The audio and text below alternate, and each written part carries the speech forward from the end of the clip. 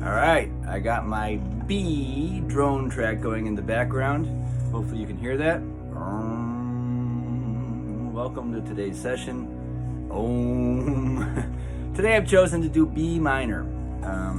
It's not a super used key, but it's super easy in the violin. If you can muscle your friends into playing in B minor, you can do some cool stuff. It has a super easy zone, and we'll do some call and answers, and later we'll get into some more advanced things, as usual in my Orsch method, one-room schoolhouse. So we'll do the easy stuff first, some call and answer, and then we'll talk about some other more advanced things in this concept in the second half. So, I was just jamming there in B minor. And you can hear that B, I hope. Maybe I'll turn it up one notch. There we go. The easy zone for B minor is open 1-3, open 1-3 on the A and E strings. 1-3, open 1-3, and 3-1 open, with B being the tonic. Here's that harmonized with the drone. Now the blues scale always has a flatted fifth note, so the fifth note of B is straight across the violin from B, straight across the first finger is F sharp. So F natural would be called the flatted fifth. So let's throw in that one.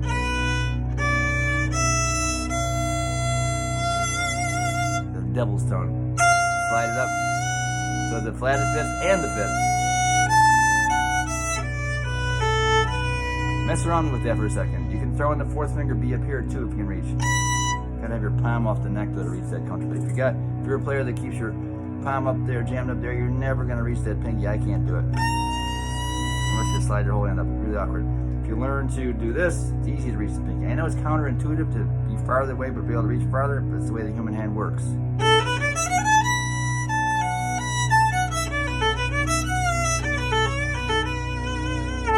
Okay, so I'm going to stop this drone and put on the loop track I have on the side here. We have a drone and loop page, and the loops have a beat, drum beat, and a guitar strumming.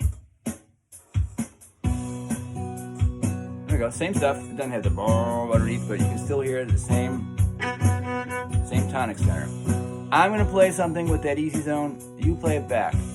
The advantage of this is it uses the holographic mind, past, present, future. You get to hear, you get to see all these things, and it's very beneficial even if you're more advanced. I'm start on B, of course. First finger.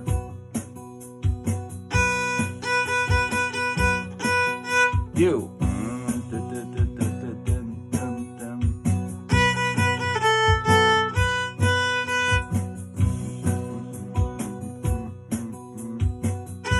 3. 4.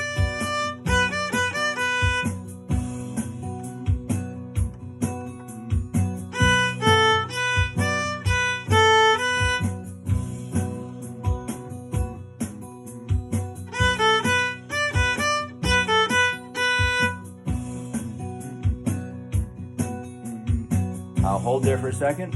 Remember, the key to doing this well, and also listening ultimately to your own ideas in your own head and letting your fingers follow the ideas are in your own head, is try and let it bounce around. So when I'm playing it, kind of hum along inside your head, let it bounce around, and then as you're playing it, try and listen to what I played and that's still bouncing around in your head, and what you kind of hummed along in your own head. There's all these avenues that kind of get to your fingers eventually. That's the thing we're trying to develop. Let's go into E string a little bit.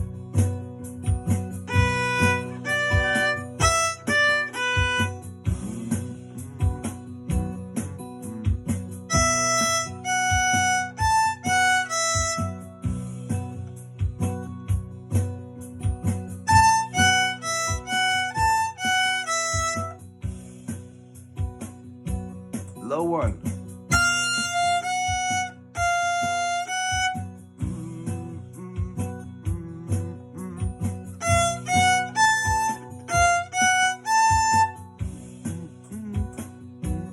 Slur it.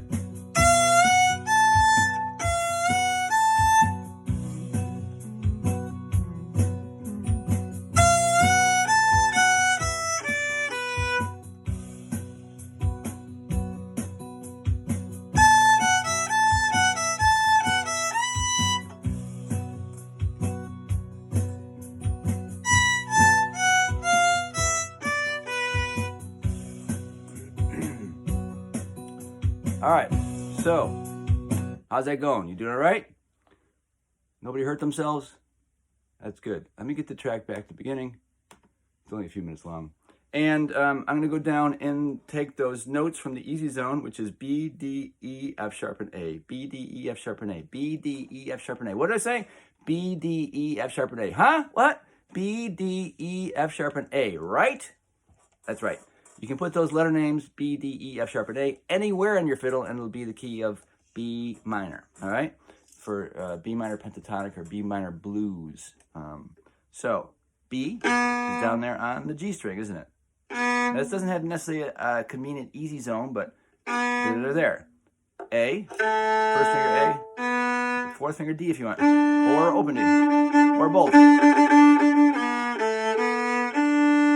E, F natural, sliding to F sharp, fourth finger A, or open A. So let's try some of that. We'll work in the lower register a little bit.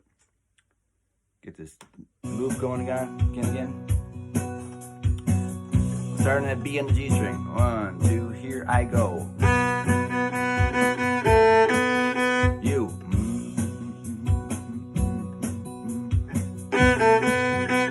4. Or open.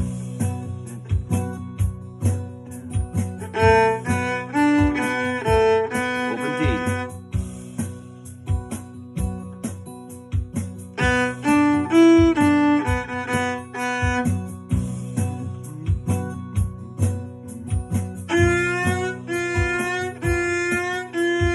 Try your best. Sliding.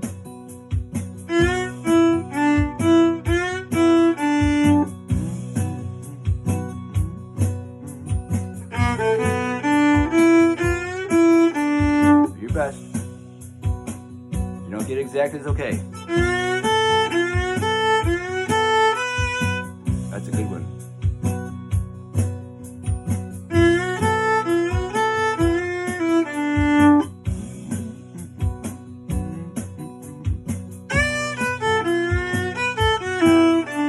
Whoa.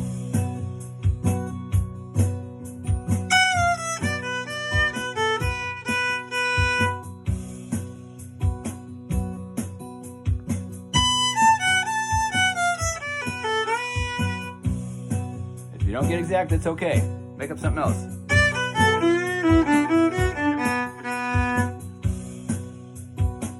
One more.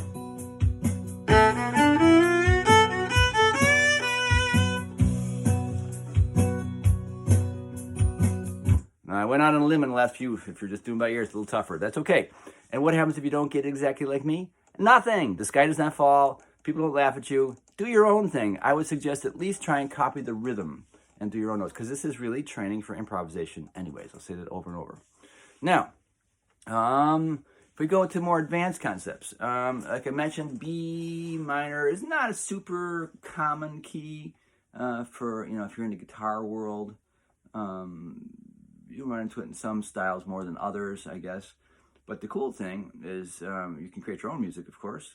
And the cool thing also is that every minor key has a relative major key, even in the jamming pentatonic world. If you're a classical violinist, you know the majors and minors can be related, like C major is related to A minor. You always go down the step and a half, or a minor third, as they call it, to find that complementary same note key with a different tonic. So, as that example, C major, all natural notes, and you go down a step and a half. Those are modes of each other. There's actually 7 modes, but those are the main 2 that people talk about in the classical world. In the jamming world, we have the same thing. So the advantage for you is not that you know the theory and know all this baloney. It's that it's the same fingering, all right? The same easy zones will apply in a different key. So we got to do reverse engineer it. In classical music, we think of the major, and then we go down a step and a half to find the minor. Well, if we have the minor first, which we just did B minor, and go up a step and a half, you'll find it's relative major. So what's up a step and a half from B? Let's see here. B, half step to C, whole step to C sharp, and a step and a half to D. All right? So D major and B minor are really the same exact fingering on the violin. And that applies to whether it's full-on 7-note scales or whether it's pentatonic 5-note scales or blues scales. Same exact stuff. So check it out. B, the easy zone for B blues is open 1-3. With that low one, we just did some call and answers on that. The D major blues or major pentatonic is the same thing. Same letter names. Instead of B, D, E, F sharp, A, it's D, E, F sharp, A, B. It's the same notes in a different order with a different tonic.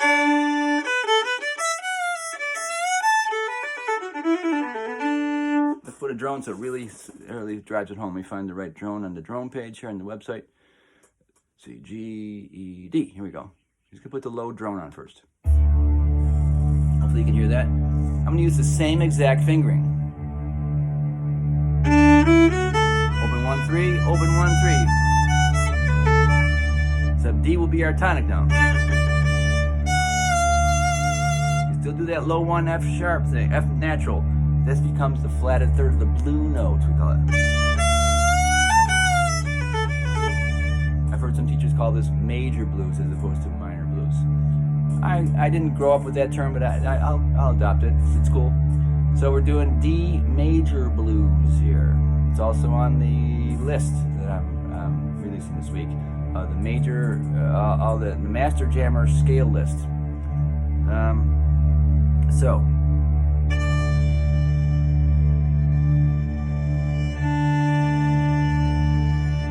Got that tonic center in your head?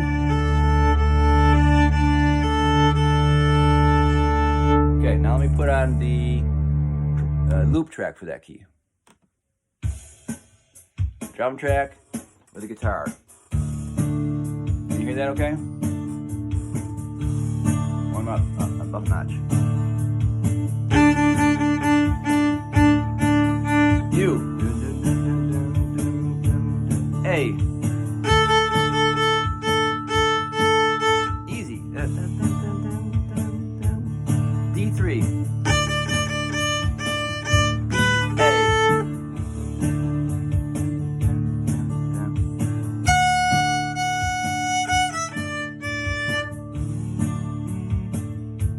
Open 1-3.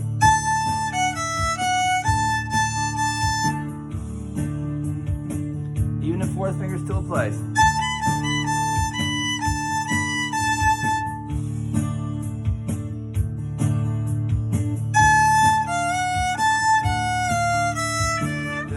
Sorry, not the greatest one.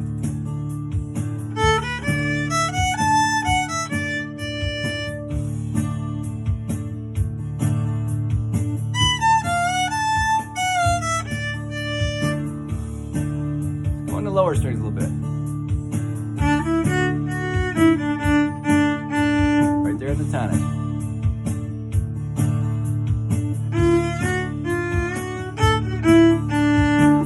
Try your best.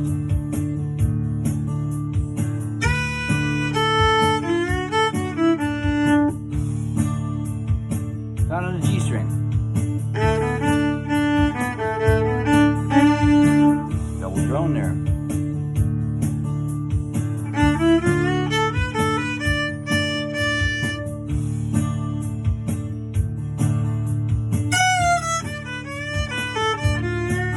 Whoa. Do your best.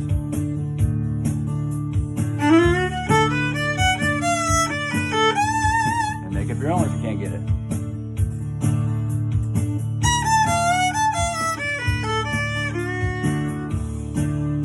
Still full range one.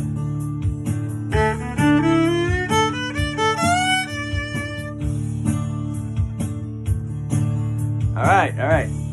Hope you did well. Now I was challenging you a little bit, making them a little goofier, jumping around a little more on purpose. This is more the advanced side of this live session, which I'm actually pre-recording ahead of time because I have my youngest grandson coming for a visit this Wednesday. I won't be available for him. He just turned 1. So I hope that helps. B minor, D major, same stuff, same fingering, same easy zones. Kind of cool. And so if you practice B minor, you're ready for D major, which of course is one of the most popular keys. Wink, wink. There you go. So I kind of tricked you into it, didn't I? We started with the cool stuff on B minor. Now, if you get the Fiddle Jam book, which is available as a digital download on the website for only $16.95, and it comes with about 40 play-along tracks. There wasn't that many tracks. There were some tracks on the original book, which is still available on Amazon and distributed all over the world by Hell Under Corporation. The Fiddle Jam, a way cool, easy way to learn how to improvise, has tracks in there, but they can only fit a certain amount on the CD that came with it, and they had left and right stereo panning, like to the left was the band, and to the right was the band with me playing. So if you have something, you could pan left and right. You could get rid of me if you want and do your own thing, or you could just play along with me and kind of pick it up by osmosis. There's a limited amount of space on the CD, and it's about $20 for that book plus shipping. And if you want to go to the website and get the digital download version of it, it has extra tracks and stuff for only $16.95. Of course, I mentioned also vocabulary building. There is the Rock and Blues Fiddle Jam Etudes book that I put out, which will teach you all this stuff in between the cracks and slides and major and minor mixing and all these kind of things. Put you through the paces. You have to be a reader for that, or be able to have someone play it for you. But that's out there too as a digital download as well. Of course, on the site we have all kinds of courses, and I'm thinking about even more mini courses. I put out a whole video this week of taking a survey on what mini courses might be interesting to you, and I'll do the ones that get the most votes. I'm learning about, in businesses, specialized sub-niches might be a better way to serve people rather than give a big blanket library of lessons, which I have of a lot of things, and you have to kind of sort through them and follow suggested paths and stuff. I'm learning to maybe pull this stuff down for individual type learners and styles and subjects that people want. So if you want to take that survey, it's out there, and I will give you a free gift for doing that. A gift of the aforementioned Master Jammer scale list information. That if you do that, if you get that scale list, it also gives you full access to a page on the site for special only for people who have that, and that it does videos of me explaining and playing and jamming with those scales too. So I hope that doesn't bore you too much. Thank you for listening to my stuff every week and checking it out. If I can serve you at all and help you be free on your fiddle, that's my main core message. How to pick up the darn thing and play in any situation, whether you know the song or not. Have good enough ears on the basic stuff to be able to play some beautiful, pretty notes underneath the singer, at least, or back up something rhythmically at a pickin' party and take a solo when they point at you rather than having to know every song. That's just a couple examples of what we can do when you're free musically, which is my whole thing, how to be musically free on your violin or fiddle, all right? Pick it up and play. That's what you got it for, right? Not be nervous about whether you're going to screw up or, the wind blows the page away, you don't know what to do. You can play, you can keep playing, you can make music and have joy in your life if you do these techniques, all right? All right, and jamming is part of it. Hope you have a great week, and we'll talk to you next time. Happy jams.